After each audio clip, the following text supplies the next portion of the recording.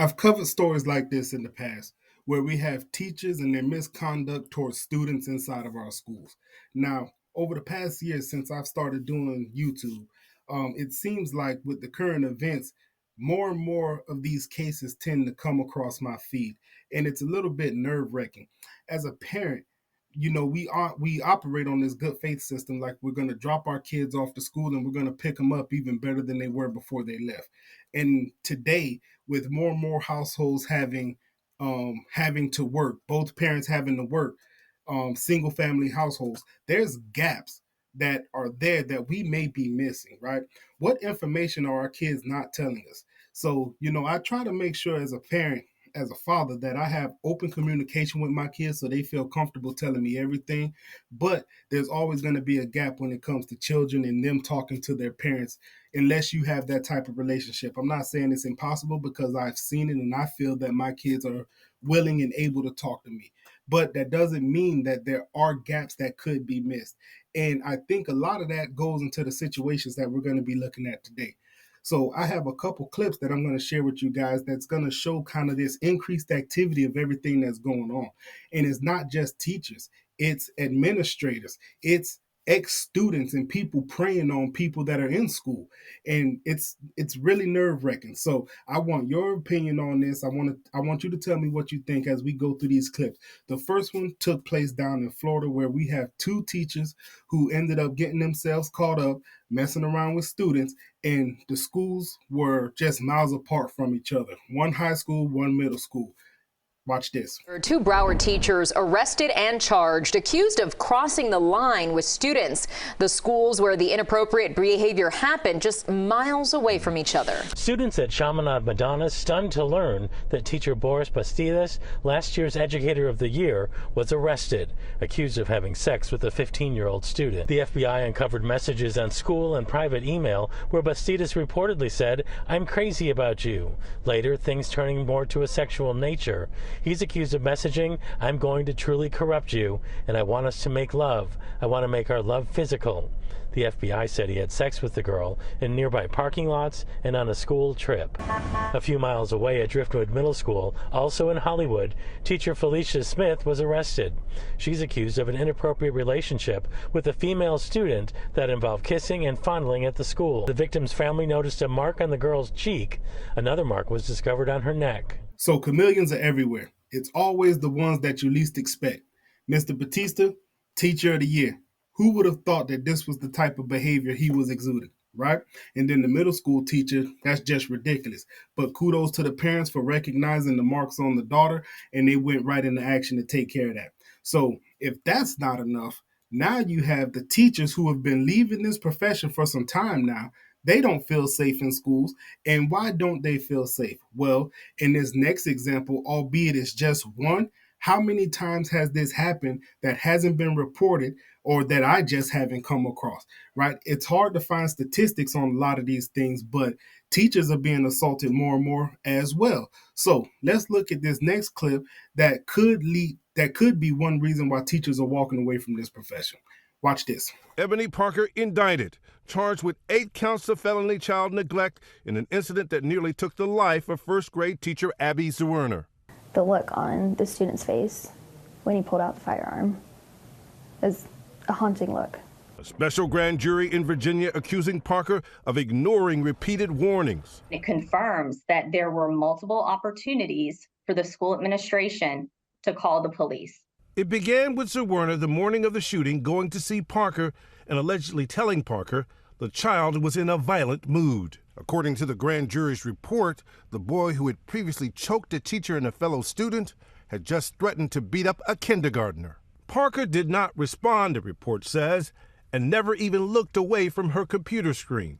A short time later, 2 students told another member of the school staff the child had a gun in his bag. The child's backpack was searched, but nothing was found. The grand jury says Zwerner, still worried, told colleagues she thought she saw the boy put something in his pocket, which was also told to Parker. Still, no expansive search or pat-down. Then after recess, one of the boy's friends came up to another teacher and told her the child had a gun and showed him the bullets. At 1:58 p.m., according to the grand jury, the boy turned to Zwerner, pulled a gun out of his pocket, and at less than 6 feet away, pulled the trigger. It's just more proof that inside of our education system, we have some opportunity. Now, this could be something that has always been going on, but social media and all the outlets of information that are out there now just make it a way more visible. But still, our teachers shouldn't have to go through that. Our students shouldn't have to be in school feeling unsafe. Like, anybody could have been shot. This particular first grader had a problem with the teacher. What if it had been with another student? So the vice principal is being charged. She was informed about the student who possibly had this gun at the time, and she wouldn't even look up from her computer screen. Would you work in an environment like that? This would make me walk away from a profession. If you don't value my safety and you won't even take the proper precautions when the concern is brought to you, then I don't need to be there. My safety is valuable. My life is valuable. I got people that depend on me. So could this be a reason teachers are walking away from the profession? I believe it's just one of many. But still, this is our school system, the place that we drop our kids off willingly on a day-to-day basis, and we're expecting something good to come of it. Now, me as a parent, I got to tell you, all this stuff raises the hairs on the back of my neck.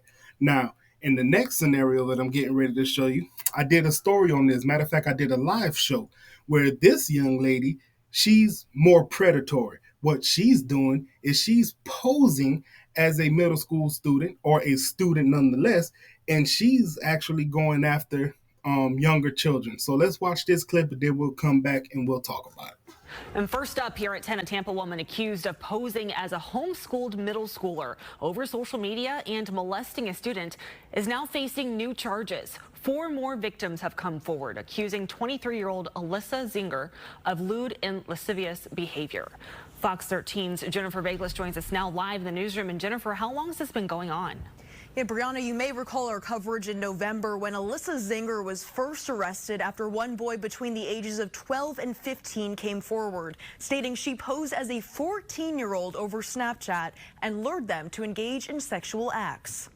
Now, 4 more victims, all between 12 and 15 years old, have come forward, stating Zinger targeted them too. Zinger, who had been released on bond from her November arrest, was put in handcuffs again on Thursday, now facing 11 felonies, including lewd and lascivious battery and molestation, possession of child pornography, sexual cyber harassment, and more. Right is right and wrong is wrong. You're 23. There's no reason that this lady is messing with anybody between the ages of 12 and 15 years old. You're out of pocket.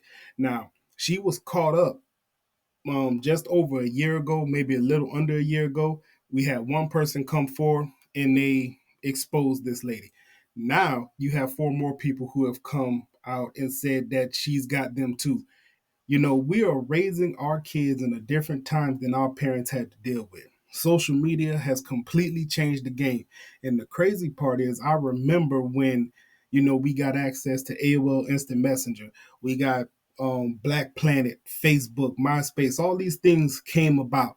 And it was just a way to keep up with your friends. But now that it's become this social structure, it's hard to really control this, which is why you got certain government officials trying to ban things like TikTok, right?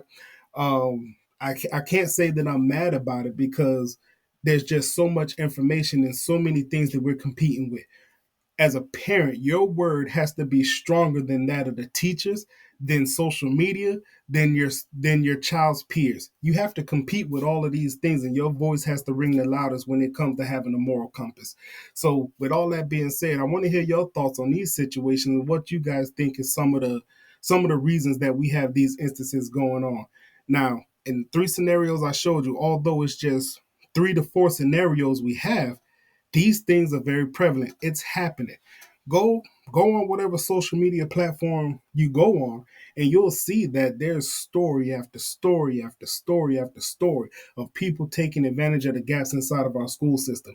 How can you get this fixed, and how can you control it when you have teachers doing the wrong thing, you have administrators not showing a concern for it, and you have what seems like your school boards who are not really being very vocal about the direct action that's being taken.